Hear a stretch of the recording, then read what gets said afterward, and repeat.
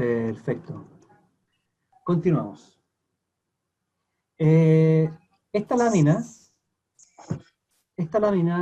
simplemente intenta mostrar el seguimiento de grandes incendios que han ocurrido en el pasado. Existe un área, hay por ahí un micrófono, por favor, si lo pueden apagar. Gracias. Existe un área bien interesante en cartografía de áreas quemadas que dice relación con las cicatrices de fuego.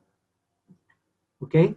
Es un ámbito bien interesante de estudiar, sobre todo porque ahora en los últimos años CONAF está liberando muchos KMZ, es decir, los perímetros de los incendios, porque antiguamente lo que uno contaba era la coordenada, pero había poca información si el incendio se iba para el norte, para el sur, al este, al oeste, etc.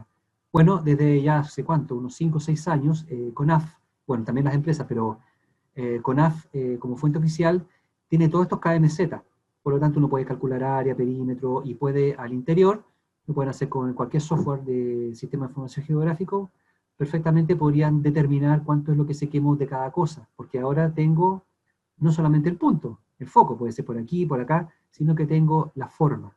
Es decir, tengo el tamaño y tengo la forma. Y eso es súper importante, sobre todo, por ejemplo, para ecología del fuego, para ver la dinámica de recuperación de paisajes, qué pasa con la resiliencia. ¿Se logra la resiliencia con la alta frecuencia de incendios? Súper importante. Lo vamos a discutir después en la clase y les voy a mostrar algunas experiencias de proyectos en donde hemos trabajado.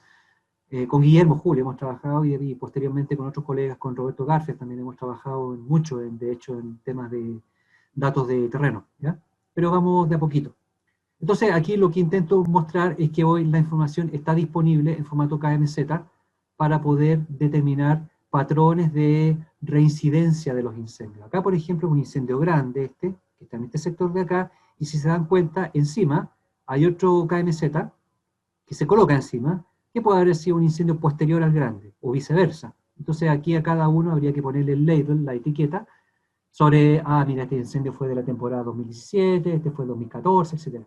Y ahí uno puede sacar unas estadísticas bien interesantes sobre recuperación del suelo, recuperación de la vegetación, si la estructura cambió, porque una cosa es la estructura y la otra es la composición. Si la flora ha cambiado, o si la persistencia de especies es la misma y simplemente ha cambiado la cobertura, etc. Ese es más o menos lo que quiero mostrar en esta lámina. en esta lámina.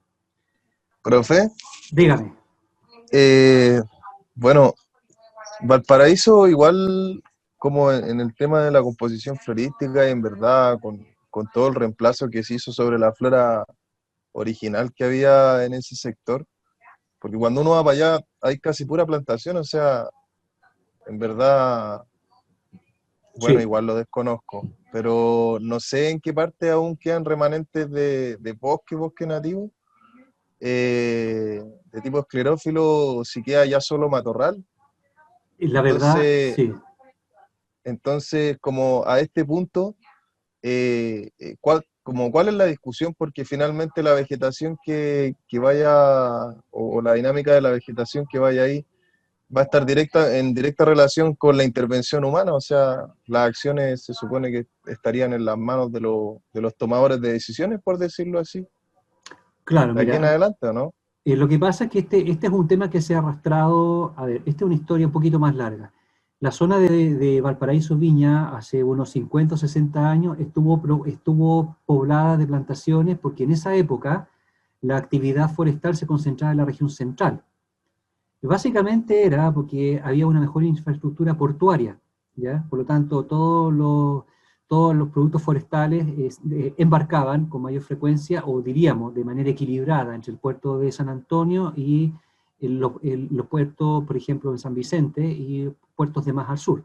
Entonces hubo una época en la cual había mucha actividad forestal en la zona central. Sin embargo, después hubo un desplazamiento de las masas forestales. Muchas empresas vendieron sus terrenos a privados, y en otros casos muchos privados pequeños y medianos abandonaron sus plantaciones y se dedicaron a hacer inversión en otras áreas. ¿Qué es lo que pasa? Que resulta que Valparaíso en particular está declarada Patrimonio de la Humanidad. Eso significa que contiene características inigualables en términos de la diversidad, diríamos, cromática de sus casas, ver las casas colgadas en los cerros, por ejemplo, tener la vista del puerto de Valparaíso y un sinnúmero de singularidades que hizo que se atrajera mucha población en una zona que no estaba preparada para hacer proyectos inmobiliarios. Ahora, ¿qué tiene que ver eso con la vegetación? Que hubo un proceso expansivo de destrucción de la vegetación desde lo que es bosque nativo hacia, por un lado, plantaciones, eso es cierto, eso es ineludible, y por otro lado, a la expansión de terrenos abandonados, donde comenzaron a construirse casas. Yo diría que desde el año 80 esta temática comienza a estabilizarse, pero comienza el proceso diríamos, de colonización de nuevas poblaciones, de nuevas viviendas, y eso hace que haya un aumento de la ocurrencia de incendios forestales, lo que conlleva, por supuesto, a una consecuencia en las formaciones de bosque y matorral. Hoy en toda la región central, no solamente en Valparaíso, estoy hablando de Quintero, estoy hablando de toda la zona costera, más el interior, Quilpué, Casablanca, por ejemplo, Limache, son zonas donde existen enclaves de bosque esclerófilo muy particularmente concentrados en algunas quebradas y relacionadas más que nada con el bosque hidrófilo, ¿ya? Con bosque asociado a mayor contenido de humedad en las quebradas.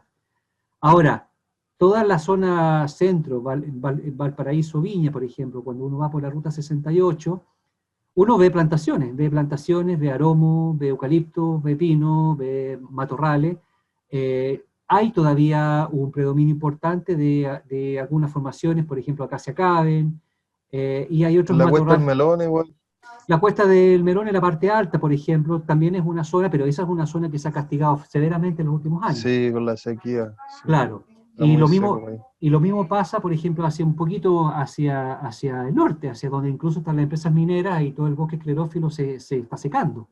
Curiosamente, la mayor masa de bosque esclerófilo no está precisamente en la zona central, hay una separación entre la zona de San Felipe, de Putaendo, por ejemplo, el Valle de la Concagua, toda la zona centro-cordillera hacia la minería y hacia el sector de los vilos, los muelles. Por ahí entre medio ustedes se acordarán, ¿cierto? Está este bosque húmedo, ¿cierto? Que está por la zona costera.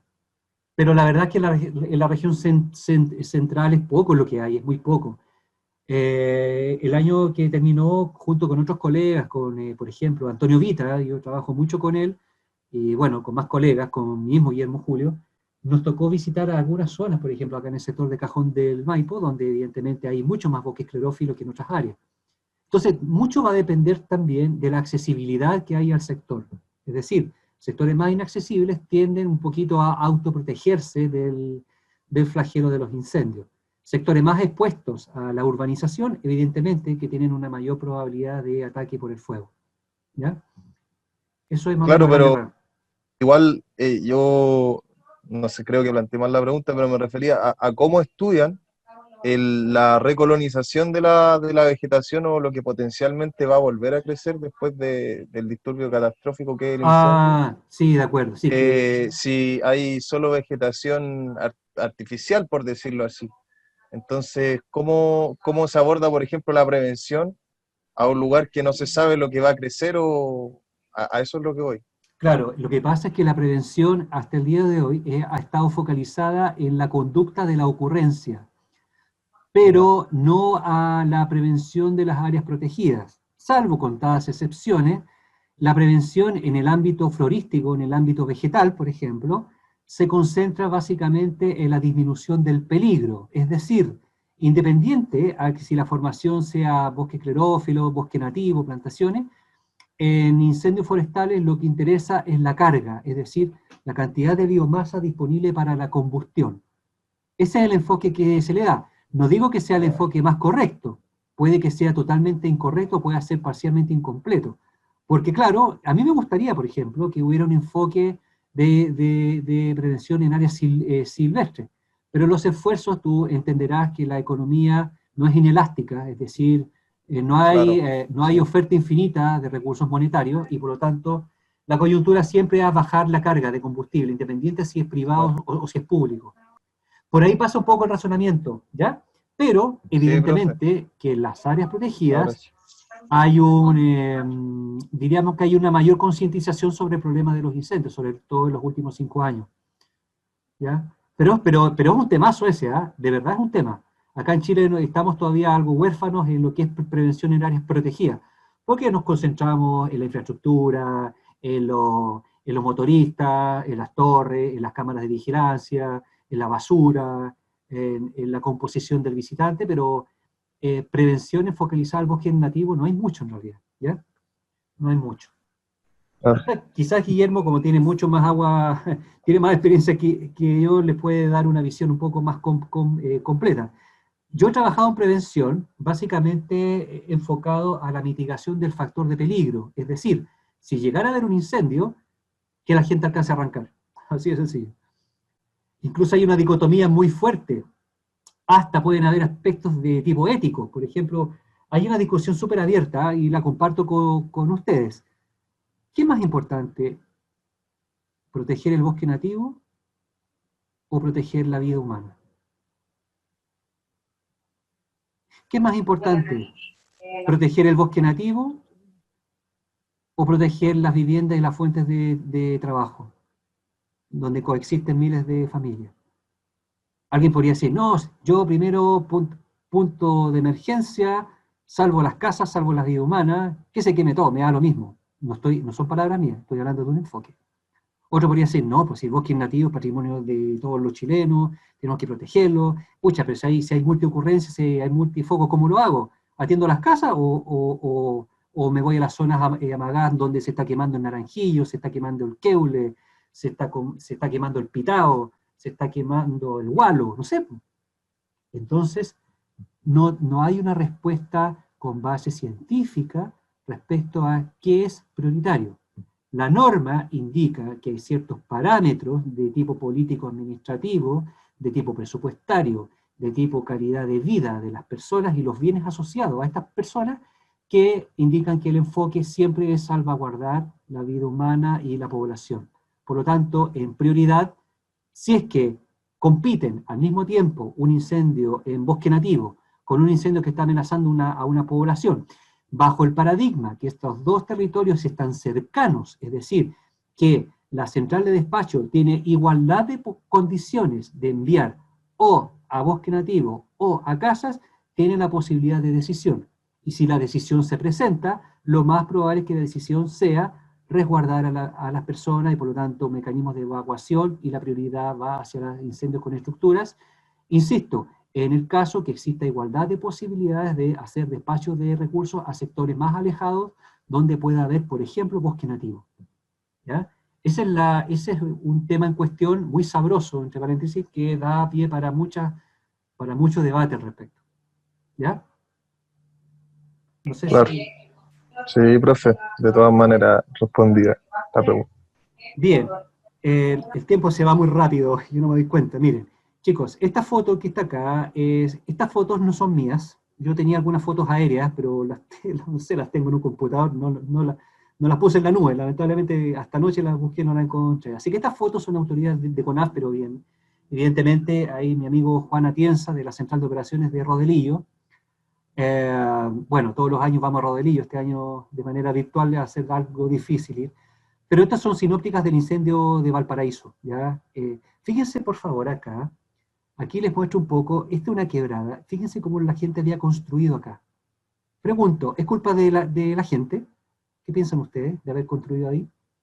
No, Evidentemente, yo no le puedo pedir a una persona que De la diga autoridad, yo creo. exactamente, de la autoridad que debe velar por el resguardo y la protección. Fíjense aquí las casas Exactamente. literalmente sí. explotaron.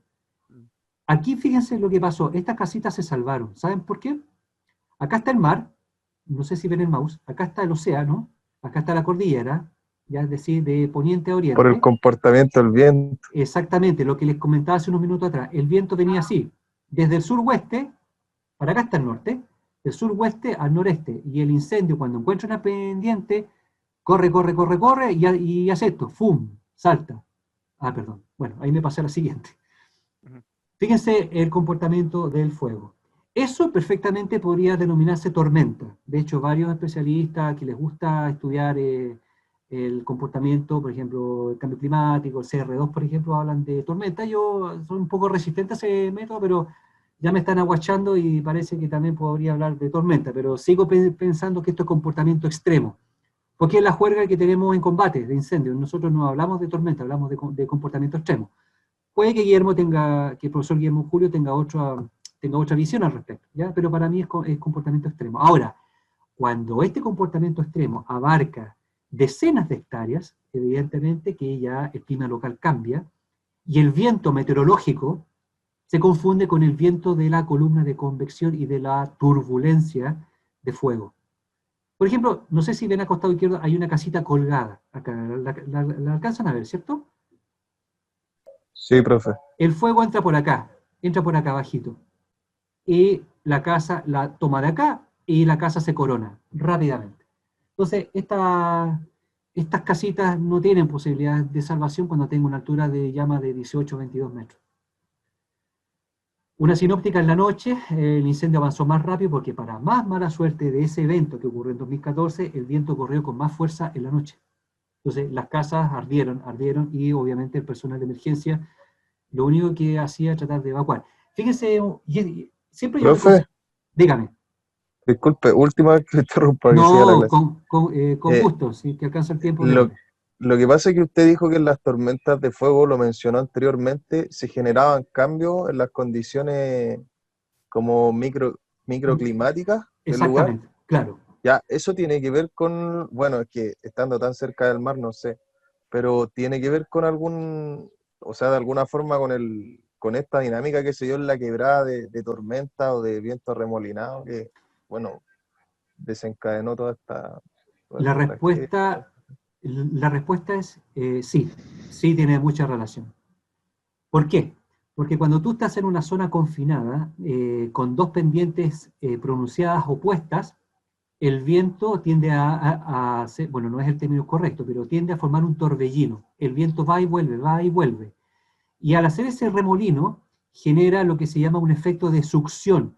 Dicho de otra manera, chupa el oxígeno disponible de la parte baja de la cuenca, lo eleva y en la succión entra el fuego por abajo. No sé, tendría que mostrártelo en una pizarra electrónica, pero se genera un efecto de succión, ¿ya? El aire caliente es desplazado, o sea, el aire caliente desplaza violentamente el aire húmedo y se produce un presecado violento de los materiales en el piso, es decir, en el suelo. Y eso hace que el fuego avance rápidamente por las laderas en presencia de viento. Ahora, efectivamente, en las zonas costeras, Bichuquén, por ejemplo, se dan estas tormentas y se dan unos microclimas bien especiales, donde incluso se ven como unos remolinos, se ven como unos pequeños tornados de fuego. Eso se puede dar, ¿ya? Ahora, la temática general indica que en Chile la gran mayoría, yo me atrevería a decir que cerca del 90% de los incendios son de tipo superficial, es decir, no alcanzan a ser tormenta. Pero hay un 10% aproximado de que sí puede provocarte una tormenta de fuego y que para mi parecer eso se ya debería llamar comportamiento extremo, ¿ya? Aquí no he querido entrar en materia con lo que son los mecanismos de alerta, por ejemplo, cuando NEMI dicta alerta preventiva, la alerta amarilla, la alerta roja, son alertas que están condicionadas con la optimización y la asignación de recursos para el combate, pero también tiene que ver con el tema de orden público. Si yo tengo un incendio de estas características como el que muestro en la fotografía, pregunto, ¿este es un incendio forestal o es un incendio de otras características?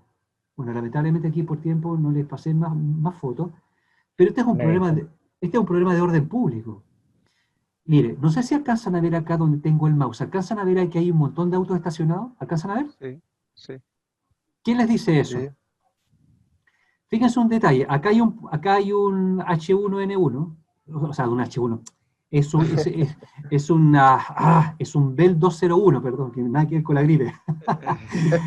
Este es un Bell 201, es un helicóptero. ¿Alcanzan a ver el puntito rojo? sí. Ese es un helibalde de Sí. 400 litros. Un Para Bambi Bucket. un Bambi Bucket. Para un incendio, ese es un escupo. es un escupo que se le tira. Es decir, es tan grande la magnitud del fuego que ahí nos hace falta aeronaves de alta capacidad. Pero para efecto de la operación, de la misión de vuelo, seguramente era muy pertinente porque ustedes verán en el entorno ya había sucedido el incendio. Lo más probable es que este helicóptero arroja estos 400 litros en las zonas de candela, en las zonas donde podría haber un rebrote. ¿Ya? Estaba pensando en el coronavirus, no sé qué me dio con los modelos de avión, no tiene nada que ver. Pero bueno, el comentario es otro. Fíjense acá arriba, en la parte alta donde hay vehículos estacionados. Hay un furgón escolar ahí, hay unas camionetas. Fíjense acá arriba. ¿Qué es lo que pasa en nuestra idiosincrasia? Pucha, queremos ir a ayudar. Se quemaron las casas, se me quemó la vecina, la señora que vendía pan amasado, el caballero el taller mecánico. Oye, vamos a mirar, el curioso se estaciona. ¿Qué es lo que ocasiona entonces, aparte de lo forestal? ¿Qué provoca un incendio de estas características? Provoca un problema de orden público, porque entorpece la entrada de los carros bomba, entorpece la entrada de los vehículos de emergencia, el SAMU, el SAPU, bomberos, carabineros, PDI. Por eso es tan importante que en incendios urbanos tiene que haber una muy buena coordinación, pero por sobre todo sacarlos de una manera respetuosa, evidentemente, hacer cuenta que la curiosidad puede entorpecer una labor de emergencia. Cuando todos van a mirar un incendio, pasa. Y también pasa por el respeto hacia los combatientes. Y ahí les cuento otra anécdota que nos pasó en el Cerro Caracol. No sé si alguien conoce el Cerro Caracol en Concepción. Bueno, es un cerrito, está en una zona muy bonita en Concepción, donde hay casas bien bonitas. Y en una oportunidad nos despacharon de la Brigada 310, que está en el sector de Coyanco, en el camino a Bulnes. Ya el helicóptero era un Bell 205, un helicóptero más grande, un helicóptero antiguo. El helicóptero se posó en la parte alta y el aviso que nos había llegado era que se estaban quemando 3 casas en la parte alta del cerro. Llegamos y las casas ya se habían quemado. Es decir, no alcanzamos a llegar. ¿Por qué? Porque el incendio se comió en las casas. Así de sencillo. No hacemos más que bajarnos y nos apedrean. Nos apedrearon. Claro, alguien podría decir, oye, son delincuentes. No, a veces no. Pasa por la impotencia. A veces pasa que de repente el carro bomba no alcanza a llegar, el helicóptero no alcanza. Bueno, el helicóptero es una excepción porque va por el aire. Pero si fuera un carro bomba, por ejemplo, que no alcanza a llegar y la casa se quemó, se los comen vivos. ¿Por qué? Porque mucha gente entorpece el tráfico. En el caso en particular del incendio en Cerro Caracol pasó porque simplemente las casas ardieron muy rápidamente y lo único que alcanzamos a hacer fue faena de liquidación. La faena de liquidación es simplemente apagar el rescoldo, lo que quedaba encendido para que no hubiera un rebrote. Exactamente, bueno, bomba espalda, ataque aéreo de contención perimetral para tirar agua en las zonas incandescentes, pero ya el incendio había pasado ya. Entonces, evidentemente, hay que tener muy en cuenta la conducta humana. La desesperación, la rabia, muchas veces hace que se generen este tipo de actos que para uno como combatiente no es agradable, porque que te llegue un peñascazo, por ejemplo. Entonces, bueno, ahí obviamente hubo que elevar turbinas nomás y partir nomás, pero se quedó un grupo en tierra ahí conversando con la gente. Pero esto es algo habitual, es habitual en incendios urbanos, es habitual en incendios de interfaz. Por eso que estas situaciones que se ven en la fotografía hay que tratar de evitarlas, a menos que estos vehículos que están acá, si se dan cuenta en primera línea, porque este es el cerro amagado, el fuego saltó, fíjense que está todo quemado, esta zona es de primera línea, aquí es donde hay que tener mucho cuidado, porque fíjense, estas casas, lo voy a pasar más adelante en daños y efectos, acá se produce un efecto grave de estabilidad mecánica. ¿Por qué? Puede que el fuego no haya quemado estas casas, pero esa casa se va a derrumbar. ¿Por qué creen ustedes? Que se quemaron los cimientos. Porque se quemaron los cimientos, porque la estrata orgánica se carbonizó, y crean ustedes que la estrata orgánica, llámese raíces, material, incluso la basura, es un sostén mecánico potente para decenas de toneladas que pueda pesar una casa. Por lo tanto, cuando ese material está carbonizado, la casa, pim, pim, se va a hacer abajo. Entonces, a esta gente hay que evacuarla. ¿Te das cuenta? Profe, ¿Sí? bueno, en este caso Valparaíso, el tipo de suelo que tienen allá, y que allá es como todo súper arcilloso, entonces ¿Tiene que ver de cierta forma con la estabilidad que puedan tener esas casas o no? Sí y no. Hay algunas zonas bien robustas, incluso los enclaves, que hay sectores con roca ígnea, con roquerío. Pero como bien dices tú, lamentablemente los cerros en general tienen escasa estabilidad mecánica. Son suelos franco-limosos, ¿ya? Y al ser suelo franco con escaso componente de arcilla, tienden a traslocarse, es decir, tienden a derrumbarse. Ahora bien, Ah, ya. más hacia el interior de Valparaíso, es decir, alejado de los cerros, cambia la composición, el triángulo textural, se va más hacia un suelo más pesado, un suelo más compactado, con una mayor proporción de arcillas. La morillonita, por ejemplo, que es un típico clásico de arcilla, ¿ya? Y ahí podría ser un franco arcilloso, ¿ya? Pero en este sector es más que nada arena franca, o franco arenoso, o franco arcillo limoso, podríamos ser una mezcla, ¿ya? Eso es lo que sucede. Salvo en los roqueríos, donde ahí colocan estas megatorres, porque hacen las bases, ¿cierto?, en la roca, pero aquí estamos hablando de terrenos con baja estabilidad. Voy a aprovechar lo poquito que me queda, voy a pasar algunas fotos. Esto es camino a la pólvora. Vean cómo el fuego saltó y quemó todo.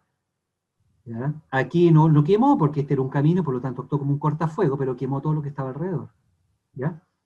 Es importante, cuando ustedes aprendan, si algún día se levanta estemos todos con condiciones de seguridad, si los puedo llevar a terreno para que veamos algunos ejemplos de cortafuego, sería fantástico, para mostrarle en terreno cómo funciona esto. Como no podemos, haré mi mejor esfuerzo para que puedan entender un poco que, por una parte, existe un concepto llamado distancia de seguridad, es decir, ¿hasta dónde es razonable hacer un cortafuego o un cortacombustible para evitar que el fuego pase de un lado para otro?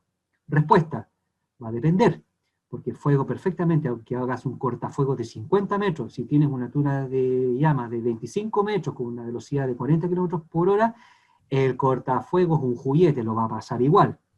Si no, pregúntenle a la gente de Santa Olga, que había un cortafuego entre la carretera y los dos flancos de más de 35 metros, y el fuego pasó exactamente igual. Pero lo que uno debe hacer es proponer ciertos números técnicos, porque toda construcción de cortafuego, paréntesis, cortafuego es raspado hasta el suelo mineral, saco todo. El cortacombustible es algo parecido, con la diferencia que no llego hasta el suelo mineral. Corto la vegetación gruesa y dejo la vegetación fina. ¿Ya? Hago una poda baja, es decir, una poda a lo bestia. Saco todo el material cierto y dejo material bajo. Que se vea la distinción entre combustible alto y combustible bajo. Eso es un cortacombustible. Y se dan distintas técnicas, en distintos ámbitos, en distintas condiciones. Con unos colegas de España, estamos, no sé si alcance de aquí a fin de semestre, pero les voy a compartir algunos cálculos que hemos hecho sobre franjas de seguridad.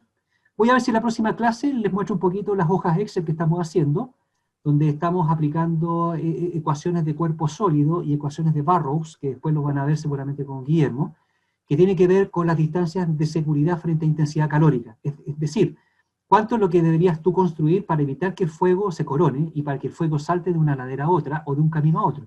¿Ya? Pero es un temazo, porque resulta que esto sale plata. Y no le puedo pedir a un viejito que tiene un campo de 1 hectárea que haga un cortafuego de 20 metros, pues lo dejo en bancarrota y le como todo el bosque. ¿Te das cuenta? Entonces va a depender mucho del contexto. ¿Ya? En fin, bueno, más fotitos panorámicas, donde se muestra fotos de cortesía de CONAF.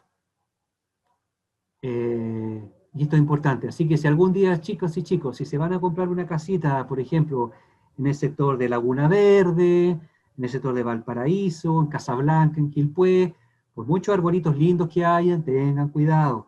Miren siempre la altura de la vegetación, miren el patrón de viento, miren si en su alrededor tienen matorrales o tienen sectores con desechos de basurales, porque el fuego le encanta la basura, es lo primero que toma, porque el fuego salta, ¿ya? Así que, ojo, algún día si tienen por ahí posibilidades o de ir de veraneo, una parcela de agrado, alguna cosita, y tengan en cuenta. Porque claro, esta gente que se le quemó su casita tenía una vista extraordinaria a la costa, veían el Año Nuevo gratis, ¿cierto? No tenían que salir de Santiago en la madrugada para llegar a Valparaíso y ver los fuegos artificiales, pero miren dónde estaban instalados. Ahora, mi principal crítica, y en esto, como decimos un buen chileno, me quemo, y lo he dicho en varios medios de prensa varias veces, es una irresponsabilidad construir donde se quemó.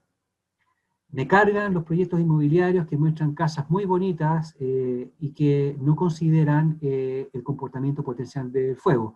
La respuesta de las autoridades me dicen, estás hablando tonteras, porque en realidad este terreno lo hemos estudiado y la gente sabe a lo que se expone y sin embargo nosotros tenemos todas unas medidas especiales preventivas para que el fuego no suceda. El fuego sucede igual. Por lo tanto, siempre cuando hayan testimonios de viviendas que permanentemente están afectadas y uno lo mapea, tal como les enseñé hace un rato atrás, conceptualmente, más que enseñarles, las zonas críticas de ocurrencia, los sectores críticos, créanme que esa información valiosa, incluso para enrostrársela a una autoridad regional en la medida que vuelvan a quemarse casas. Pero como la gente, muchas veces de escasos recursos, no tiene el poder de poder irse a otro lugar, aceptan muchas veces esta famosa gift card de reconstrucción, le pagan un carpintero, normalmente la gift card se pagan a 4 o 5 millones de pesos, es lo que te permite, por ejemplo, montar tu casita nuevamente y con mucho esfuerzo, y eso yo no cuestiono a la gente porque es lo que hace, pero evidentemente hay una irresponsabilidad súper importante respecto al emplazamiento de las viviendas. Alguien dice por ahí, oye, pero es que no hay más donde construir. Bueno, pero es que lamentablemente o dejamos a la gente que se vuelve a quemar o los erradicamos a otro lugar. Entonces ahí surge otro aspecto en discusión, y eso sí yo en parte lo comparto, es decir, lo comprendo. Erradicar parece fácil. Yo podría hacer, por ejemplo, no lo voy a hacer, pero supongamos que yo fuera autoridad y digo, no, ¿sabe qué? Toda la gente que se le quemó la casa, salgan de acá. Nos vamos a ir al interior y les voy a dar todas las facilidades para que tengan una casita, el gobierno va a dar una parte, ustedes van a hacer un ahorro, etcétera, pero yo lo saco de acá. ¿Sabes? La gente te va a decir, ¿sabe, caballero? Muchas gracias, pero yo me quedo acá.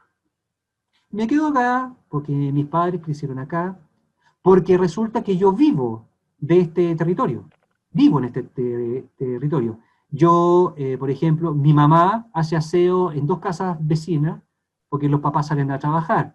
La señora que está más allá es madre soltera y tiene a su hijo, entonces mi hermana va y se gana unos pesitos, lo deja cuidado. Entonces se genera una microactividad económica. Entonces no es tan fácil decir, salgan de aquí. Porque si yo los saco, les corto la fuente de trabajo. ¿Se dan cuenta? O sea, no es tan sencillo decir, váyanse. Es decir, la variable pronóstico y la variable comportamiento debe ir acompañada de un buen raciocinio sociocultural para poder tomar una decisión. Y eso hoy no está ocurriendo. No sé si hay algún comentario, porque para mí es un aspecto muy importante. Profe, yo tengo una pregunta sobre las condiciones actuales de Valparaíso. Yo me acuerdo eh, que el profe Garfia nos había dicho que el incendio del año 2014 estaba prácticamente predecido, por decirlo así, por mucho, no sé, gente que había estudiado el sector, había visto las condiciones ambientales, todo lo que son la acumulación de basura y las casas en, en medias de quebrada, Claro. entonces en las laderas. Eh, en la actualidad, eh, las condiciones que presenta Valparaíso, ¿cómo están? O sea, podríamos decir que se presentan las mismas condiciones que antes del incendio del 2014 o se han hecho algunas mejorías en ese aspecto. Buena pregunta y tiene 2 respuestas. La primera, la más general, no se ha hecho nada, no ha cambiado casi nada. La pregunta específica, sí se han hecho cosas, pero muy, muy, muy locales. Muy locales. Okay. ¿Locales en qué sentido? Juntas de vecinos, al no tener la voz de la autoridad, a ver, no quiero caer diríamos, en un debate político que no me compete, porque yo sé que las Todavía no, profe, caiga. autoridades intentan, no tengo problemas, y yo he sido criticado en varios medios, de hecho. Sí. No, y yo de hecho advertí estos incendios en Valparaíso, incluso si tú me googleas aparezco yo hablando de los incendios antes de 2014, de hecho ahí me acuerdo quién me entrevistó, el Fernando Paulsen, que en Tolerancia Cero, no me acuerdo, de Chascón Villegas también en algún momento.